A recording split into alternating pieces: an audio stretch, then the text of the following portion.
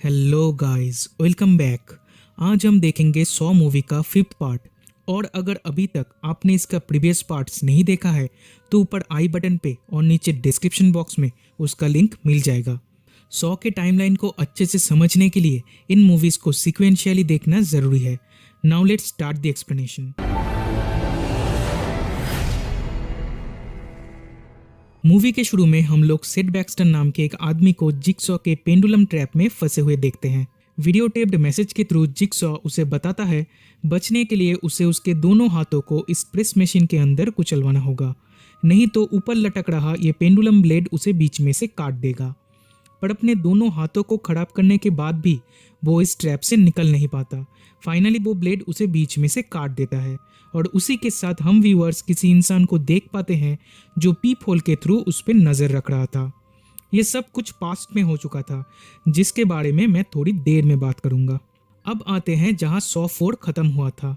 Agent storm Jeff को मारने के बाद हॉफमैन उसे उस रूम में लॉक करके चला जाता है।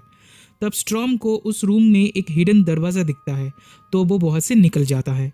उधर उसे जिगसॉ का टेप भी मिलता है जो उसे वार्न करता है कि वो इस रास्ते से ना जाए और इसी रूम में रुके।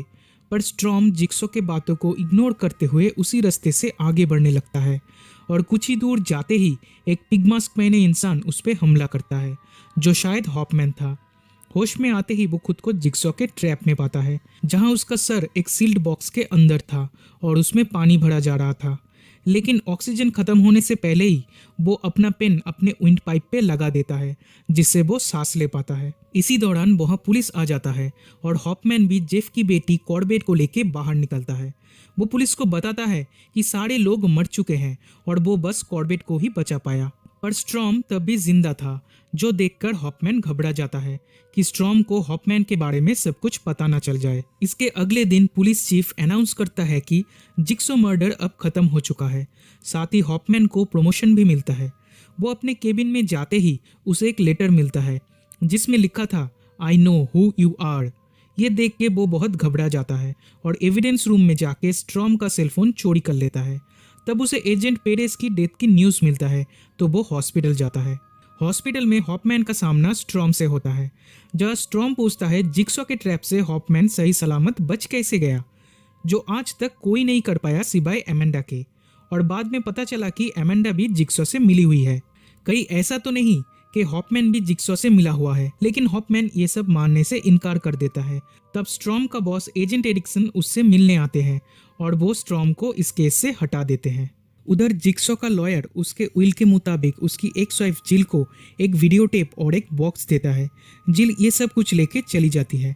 मीनवाइल हम व्यूअर्स 5 लोगों को देख पाते हैं जो जिगसॉ के गेम का शिकार बन चुके हैं और इस गेम को मॉनिटर कर रहा है हॉफमैन। इन लोगों के गले में एक ट्रैप लगा हुआ है जिसको खोलने का चाबी इन बॉक्स के अंदर है। विद इन 60 सेकेंड्स लॉक को खोलना होगा, नहीं तो पीछे लगे इस ब्लेड से उनका गला कट जाएगा। इन दी एंड एवरीवन एक्सेप्ट एशले इस ट्रैप से बच जाते हैं और अगले गेम के तरफ बढ़ने लगते हैं। उधर स्ट्रॉम FBI हेडक्वार्टर से हॉफमैन के सारे केस फाइल्स चोरी छुपे उठा लेता है जिससे उसे पता चलता है कि सेट बैक्स्टर ने हॉफमैन की सिस्टर का मर्डर किया था।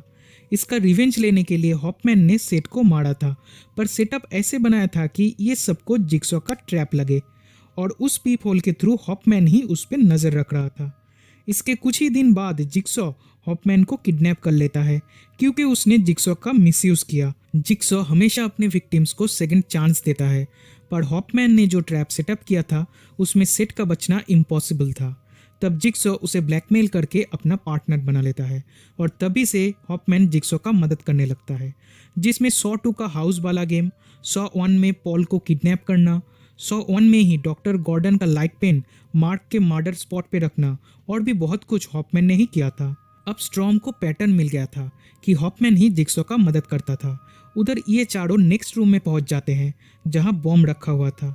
इससे बचने के लिए उन्हें इस बॉम्ब शेल्टर के अंदर जाना पड़ेगा जिसका चाबी इस जार्स के अंदर है।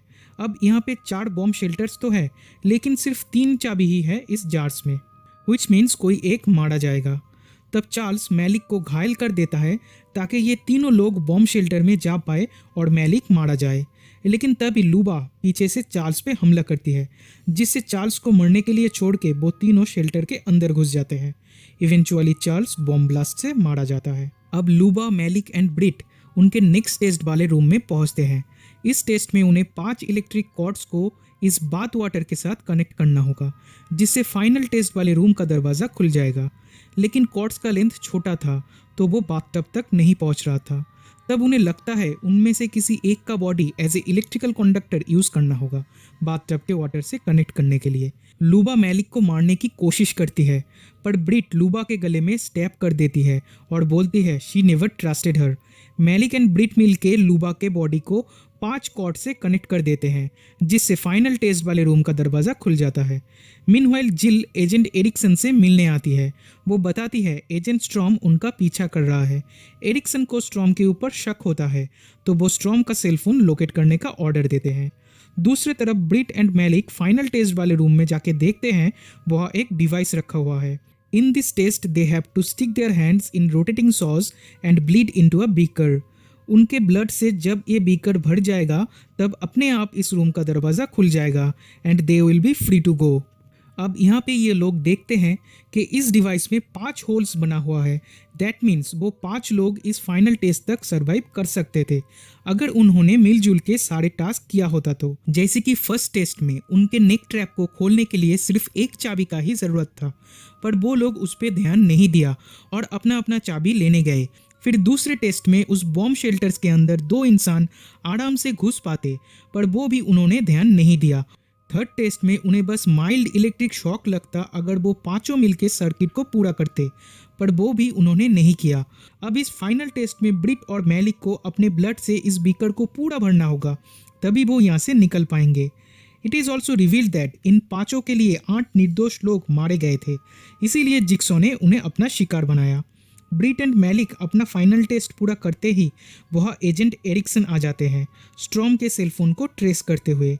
हॉपमैन ने स्ट्रॉम का फ़ोन और कुछ एविडेंस वहाँ पे रख दिया था ताकि पुलिस स्ट्रॉम को जिक्सॉ का पार्टनर समझे।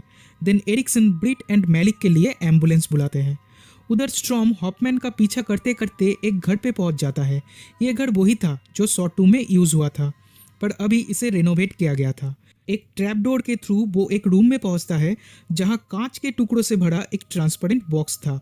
उसमें एक टेप रिकॉर्डर भी था, पर उस टेप से जिक्सॉ का नहीं हॉपमैन का आवाज़ सुनाई देता है। वो टेप के थ्रू स्ट्रॉम को बताता है उसे हॉपमैन पे भरोसा करना पड़ेगा और इस बॉक्स के अंदर जाना पड़ेगा।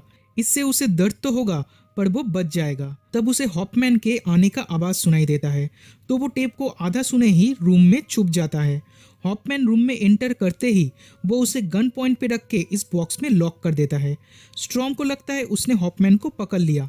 तब हॉपमैन उसे टेप का बाकी पार्ट सुनने बोलता है, व्हिच एक्सप्लेन्स हिम अगर वो इस बॉक्स के अंदर जाए तो वो बच जाएगा, अदरवाइज ये रूम उसका कबड़ बन जाएगा and he would simply vanish.